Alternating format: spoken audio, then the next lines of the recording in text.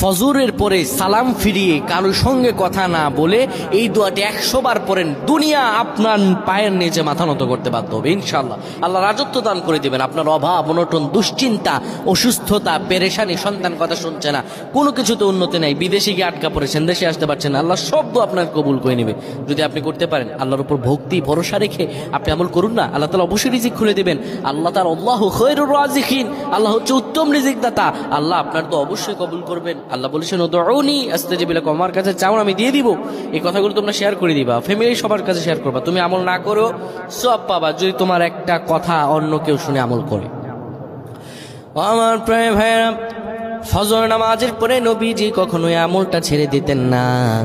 কেউ যদি ফজর নামাজের পরে পড়ে সুবহানাল্লাহি ওয়া বিহামদিহি সুবহানাল্লাহিল আযীম 100 বার যদি কেউ পড়তে পারে, কারো সঙ্গে কথা না বলে 100 বার পড়ার কারণে আমার আল্লাহ রব্বুল আলামিন তাকে